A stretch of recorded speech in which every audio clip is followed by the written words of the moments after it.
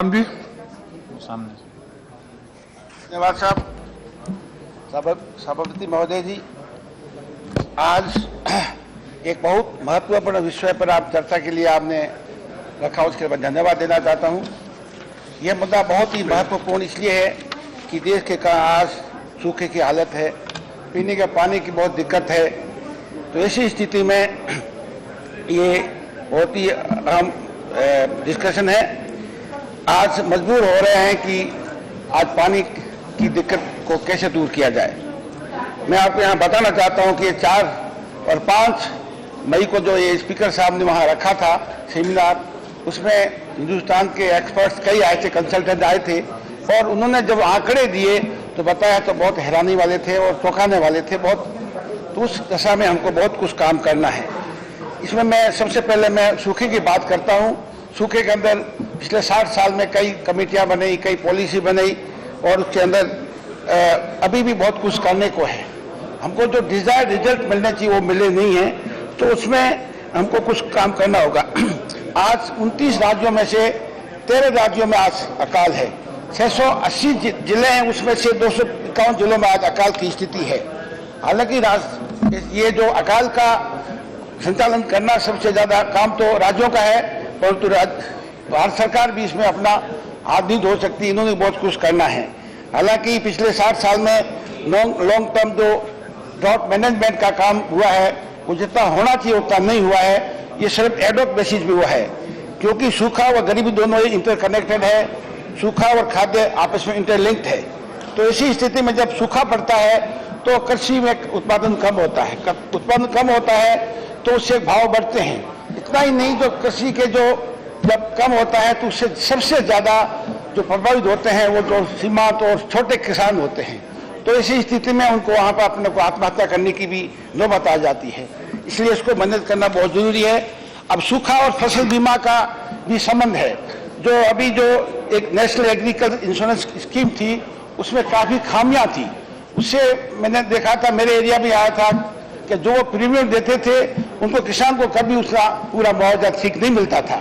इसलिए अभी जो ये प्रधानमंत्री फसल बीमा योजना जो लाए हैं, मैं उसके लिए प्रधानमंत्री जी को बहुत धन्यवाद देता हूं, क्योंकि उसमें जो कमियां थी, खामियां थी, उनको पूरी की। एक एग्जाम्पल के तौर पर, जब किसान एक फसल अपने खलियान में रखता है और अगर वहां खलियान में बारिश हो जाती है, अब गरीब किसान है उसको रहने के लिए भी झोंपड़ा रहता है, तो वो कोई कवर्ड जगह में नहीं रख सकता है, तो कुछ नहीं मिलता था। अब वो 15 दिन के अंदर कुछ होता है तो उसको वहां पर मिलता है। इसके लिए मैं धन्यवाद देता हूं। मैं राजस्थान राज्य के बारे में कहना चाहता हूं कि आज पिछले 3 साल से अकाल पड़ा है। टोटल 46,000 गांव हैं, आज 27,000 गांव इससे पीड़ित है। तो ऐसी स्थिति में राजस्थान सरकार ने 10,400 मांगे हैं जो नेशनल डिजास्टर रिलीफ फंड में, पर भारत सरकार ने हमको सिर्फ दिए हैं 1,190। तो मंत्री जी बैठे हैं, मैं कहना चाहूंगा कि बाकी का जो एनडीएच के पैसे हैं वो दे दें ताकि हम उसको संचालन कर सकें। इसके सिवा चारा और पीने का पानी की बहुत दिक्कत होती है। चारा और राज्यों से मंगाना पड़ता है। पीने पानी के लिए वहां टैंकर है। आज मेरे संसदीय क्षेत्र में आज 300 टैंकर लगे हुए हैं। तो उसके लिए उन्होंने जो होता है कैलेमिटी रिलीफ फंड से करीब 300 करोड़ मांगे हैं और हमको दिए सिर्फ 90 करोड़ दिए हैं। तो मैं मंत्री जी से रिक्वेस्ट करूंगा कि जो बाकी का पैसा है वो आप हमको दे दें, ताकि अगला 2-3 महीने के अंदर भगवान करेगा बारिश हो जाएगी, उसमें हो जाएगा। ये हालांकि ये गृह मंत्री जी का मामला है, तो मैं गृह मंत्री जी को ये जो मेरी रिक्वेस्ट है आप कर देंगे। एक हाई लेवल जो कमेटी थी वो भी आई है, उन्होंने भी रिपोर्ट में दिया है कि इतना मिलना चाहिए, तो उम्मीद आप करेंगे।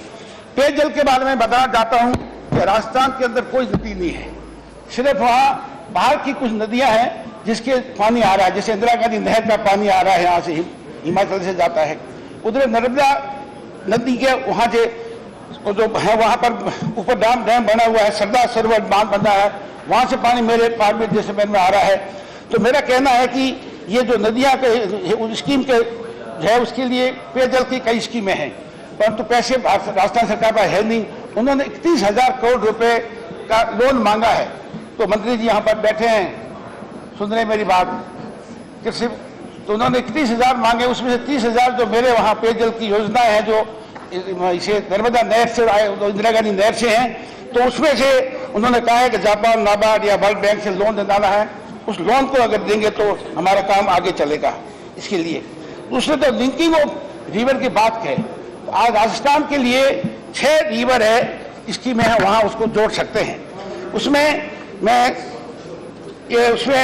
जब मैं 11वीं 12वीं 13वीं लोकसभा में मैं सांसद था, उस वक्त अटल बिहारी वाजपेयी जी प्रधानमंत्री साल थे, उन्होंने इस मामले में बहुत आगे काम किया, परंतु उसके बाद में इसमें कोई जोरों से काम नहीं हुआ।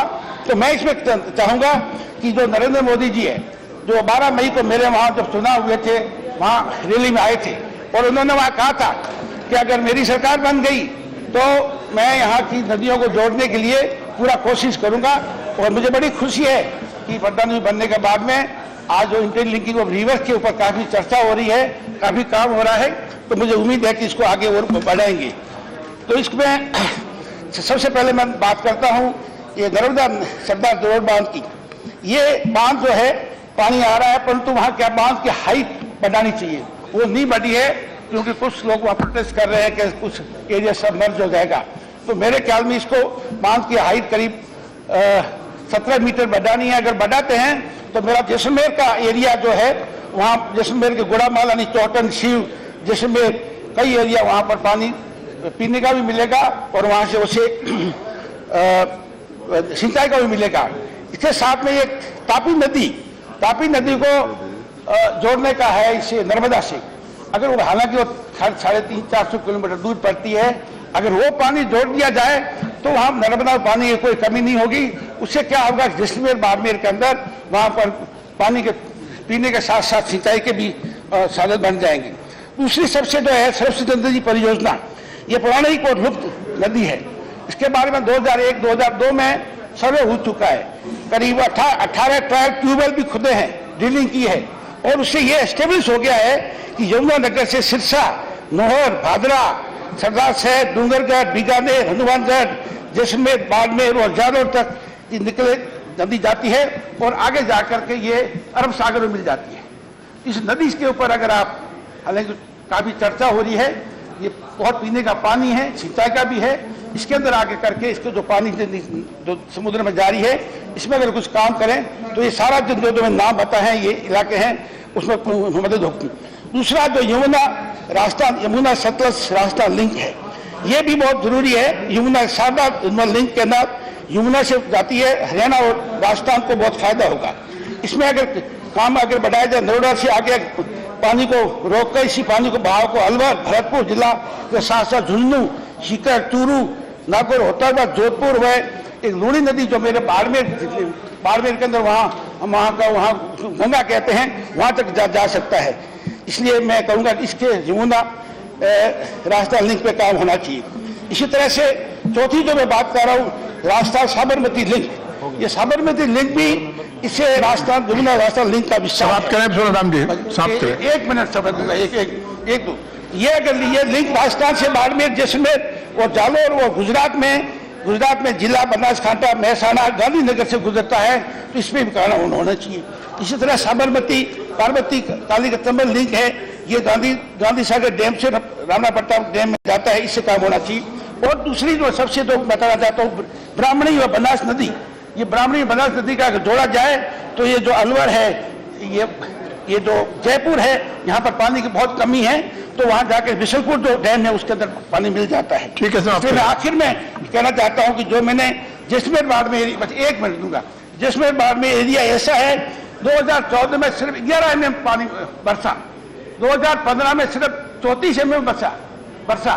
अगर आप पिछले 15-20 साल की अगर एवरेज लें तो 25 mm की बारिश होती है। ऐसी स्थिति में राव साहब नदियों को जोड़ने वाला है और जो पैसे मांगे सीआर, अब साफ करें, आप बुला दिया मैंने, ये करके मुझे देंगे तो बहुत मेहरबानी होगी। धन्यवाद।